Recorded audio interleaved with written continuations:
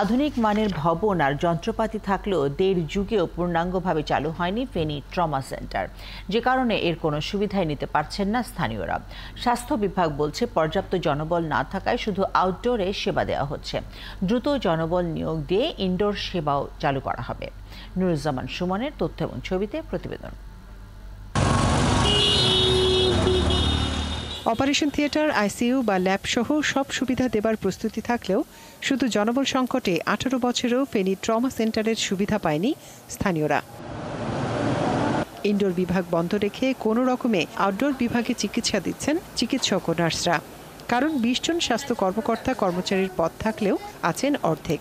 এছাড়া আবাসিক medical officer, অর্থো surgery ও anaesthesia consultant কেউই অফিস করেন না ঠিক মতো। আউটডোর হিসাবে চালু আছে, কিন্তু ইমার্জেন্সি এবং ইনডোর হিসাবে এখনো মনে হয় চালু আগে থেকেও ছিল না, এখনো নাই।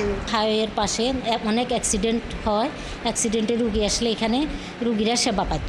নার্সরা জানান সেন্টারে রোগী ভর্তি না থাকায় দুপুরের পর সুনসান নিরাপত্তা থাকে ট্রমা সেন্টারে।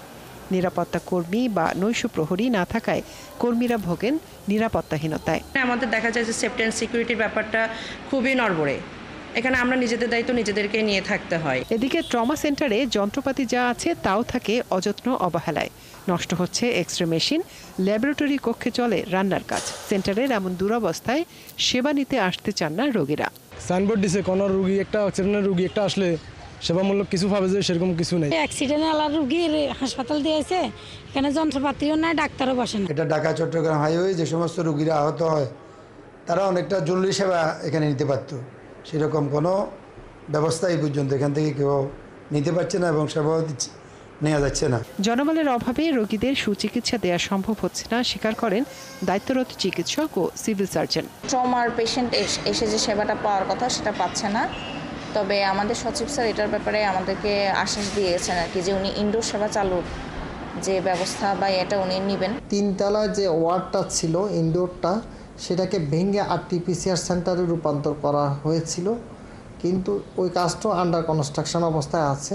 এই কাজগুলো যদি হয়ে যায় এবং আমরা যদি জনবল এবং চিকিৎসক পাই, তাহলে আমরা পূর্ণাঙ্গরূপে এটা চালু করতে পারব।